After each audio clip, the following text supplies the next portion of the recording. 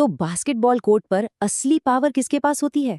Star player के या head coach के? नहीं, असली पावर है उस टीम के हाथ में जो दिखती नहीं पर जो खेल के हर एक पल को कंट्रोल करती है। आज के इस सेशन में हम बास्केटबॉल ऑफिशिएटिंग की इसी दुनिया में उतरेंगे और इस टीम के हर पहलू को समझेंगे। तैयार हो जाइए, क्योंकि खेल अब शुरू होने वाला है। ये बात सिर्फ कहने के लिए नहीं है, इसमें पूरी सच्चाई है। सोचिए, जैसे एक ऑर्केस्ट्रा में हर म्यूजिशियन का अपना एक खास रोल होता है, बिल्कुल वैसे ही कोर्ट पर हर ऑफिशियल की अपनी एक बहुत ज़रूरी जिम्मेदारी होती है। और जब ये सब एक साथ एक सुर में काम करते हैं, तभी खेल में वो मज़ा आता है। तो चलिए मिलते हैं अपनी टीम से।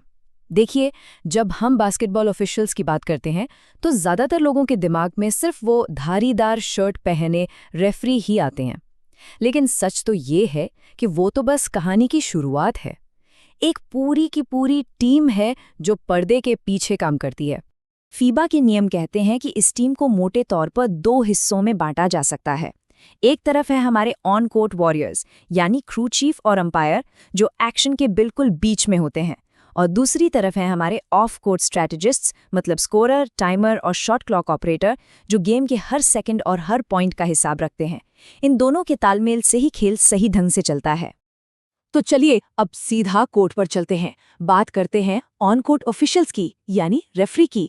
ये वो लोग हैं जिनकी उंगलियों पर खेल की धड़कन चलती है। देखिए, एक रेफरी की पावर को कभी भी कम नहीं समझना चाहिए। उनका जो अधिकार क्षेत्र है वो सिर्फ कोर्ट के अंदर तक ही सीमित नहीं है। बाउंड्री लाइन के बाहर भी अगर कोई नियम टूटता है तो उस पर फैसला लेने का हक भी उन्हीं का होता है। मतलब उनकी नज़र से कुछ नहीं बच सकता। एक अच्छी रेफरी की पहचान सिर्फ ये नहीं है कि वो कितने फाउल पकड़ता है, नहीं, असली कला है गेम के फ्लो को बनाए रखने में। ये समझना कि कब सीटी बजानी है और कब खेल को चलने देना है।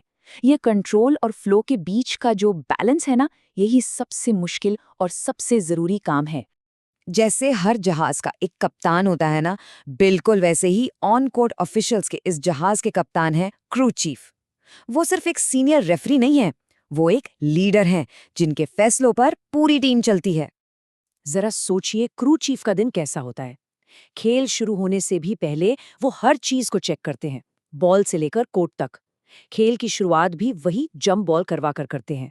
अगर मैच के दौरान रेफरी आपस में किसी बात पर सहमत ना हो तो आखिरी फैसला क्रू चीफ का ही माना जाता है।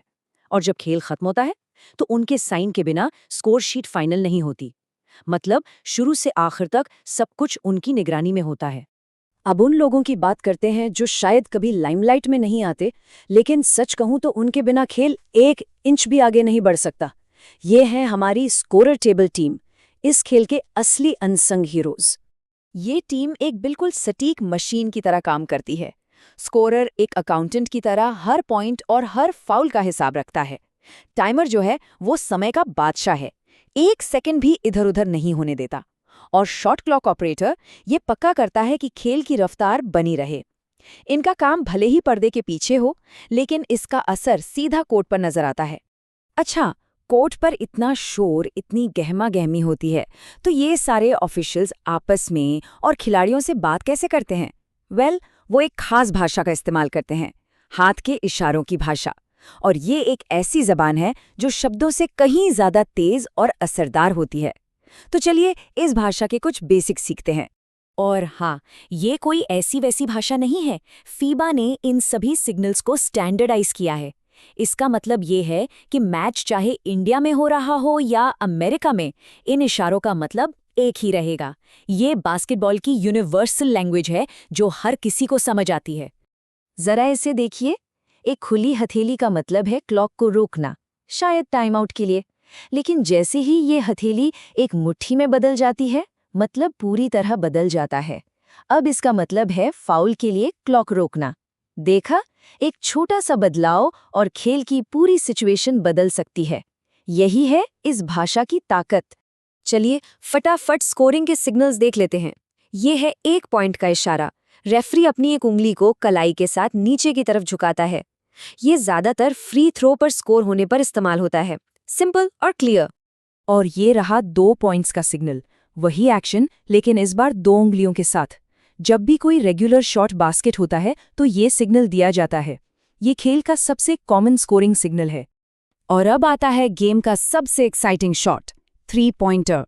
इसका सिग्नल भी 2 हिस्सों में होता है। जब प्लेयर शॉट लेता है तो रेफरी एक हाथ से 3 उंगलियां ऊपर उठाता है। ये हुआ अटेम्प्ट। और अगर शॉट लग गया तो वही रेफरी दोनों हाथों से 3 उंगलियां ऊपर उठाता है। ये हुई सक्सेस। ये सिग्नल सीधा स्कोरर टेबल के लिए होता है। जब रेफरी अपनी बाजुओं को इस तरह क्रॉस करता है तो इसका मतलब होता है कि सब्स्टिट्यूशन को अलाउ किया जाए, मतलब एक खिलाड़ी बाहर आएगा और दूसरा अंदर जाएगा। और आखिर में वो सिग्नल जो कोई भी प्लेयर देखना नहीं चाहता, बाजुओं से ये कैंची जैसा एक्शन। इसका मतलब है कैंसिल। चाहे वो कोई बास्केट हो या कोई प्ले, अगर रेफरी ने ये इशारा कर दिया तो मतलब वो अमान्य हो गया। तो अब हम गेम के लिए लगभग तैयार हैं। हमने देख लिया कि ऑफिशिएटिंग सिर्फ एक काम नहीं है, ये एक टीम वर्क है, एक कला है। चलिए एक बार जल्दी से मेन पॉइंट्स को रिवाइज कर लेते हैं ताकि जब कोर्ट पर उतरे तो सब कुछ बिल्कुल साफ हो। तो आज का सबसे बड़ा सबक क्या है? हमेशा याद रखिए, ऑफिशियल्स अकेले काम नहीं करते, वो एक टीम है। उस टीम के लीडर क्रू चीफ हैं जिनका फैसला फाइनल होता है। टेबल ऑफिशियल्स की सटीकता ही खेल को सही रखती है और हाथ के इशारे वो हमारी जबान है। ये एक ऐसी मशीन है जिसका हर एक पुर्जा बहुत जरूरी है। तो मैं आपको एक सवाल के साथ छोड़ जाता हूँ। अगली बार जब कोई बास्केटबॉल मैच देखें तो अपनी नज़र सिर्फ गेंद पर मत रखिए।